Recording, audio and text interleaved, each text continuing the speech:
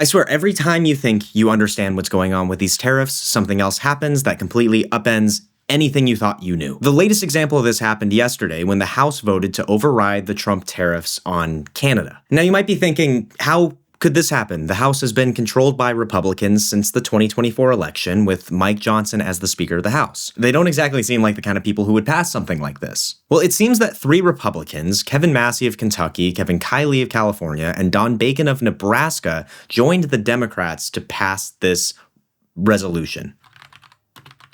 Now, I didn't know this until this resolution came up for a vote, but apparently in the House, there was a GOP measure in place until January 31st that prevented any voting on any piece of legislation or otherwise focused on the tariffs. Now, this rule was in place to protect vulnerable Republicans from having to take risky votes on tariff legislations when they might get voted out in their swing districts in the next election. But as I said, that expired on January 31st, and Democrats have a lot more plans. As of right now, Democrats have several more pieces of legislation lined up related to Trump's tariffs that they hope to bring to a vote on the floor to pressure vulnerable Republicans into voting for them. And this Canada resolution is only the first. Now, if you're someone who understands the mechanisms of Congress and the presidency, and you know who's in office where, you might be screaming to me right now that none of this matters.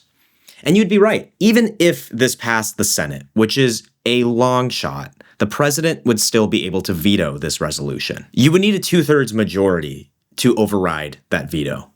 That's not happening. Okay, so it seems like Trump's tariffs are in the clear, right?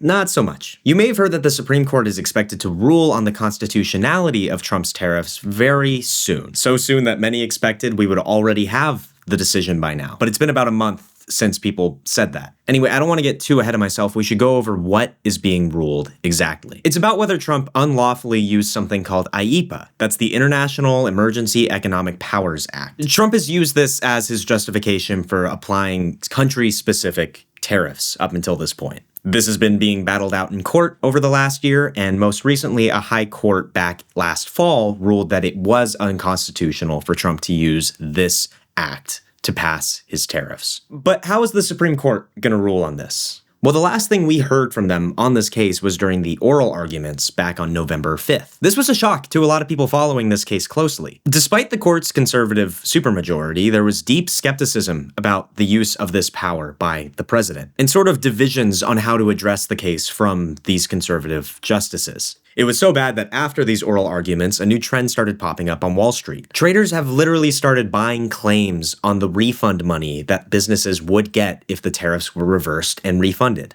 They're buying them for cents on the dollars from small businesses mostly. And it's a lot of money at play. It's expected that if the tariffs were all refunded that have been in place for the last year, that businesses in the United States would be refunded north of $170 billion. But members of the Trump administration have been quick to tell people that IEEPA is not the only rule that allows the president to institute tariffs. Although legal experts mention that these other statutes have stricter limitations on what the president can do. For example, I have one of these other rules here. It's called Section 232 of the Trade Expansion Act of 1962. This, quote, allows the U.S. president to restrict imports in the name of national security. There's also Section 301 of the Trade Act of 1974.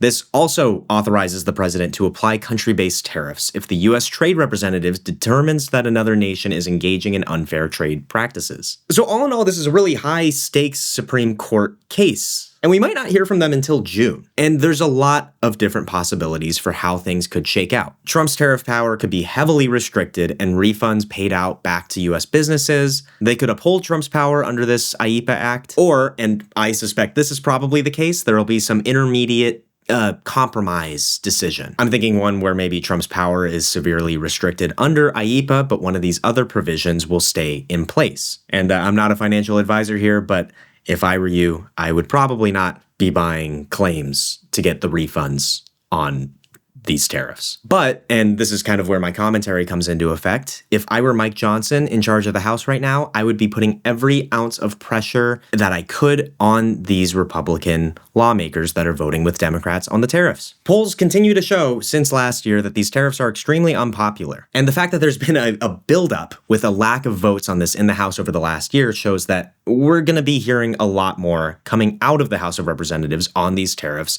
as we get up to the midterms. Republicans would much prefer to be talking about immigration than this kind of weird pseudo-economic policy. It's a bad place for them, and I expect to hear a lot more coming out of the House, especially from House Democrats, on tariffs in the near future. And obviously, the Supreme Court. Anyway, that's all I have to say about that. I'd love for you to join the channel, subscribe down below. We're trying to post one of these somewhat every day to kind of get an analytical debrief on the news that matters. If that sounds interesting to you, join today. I'd love to see you here.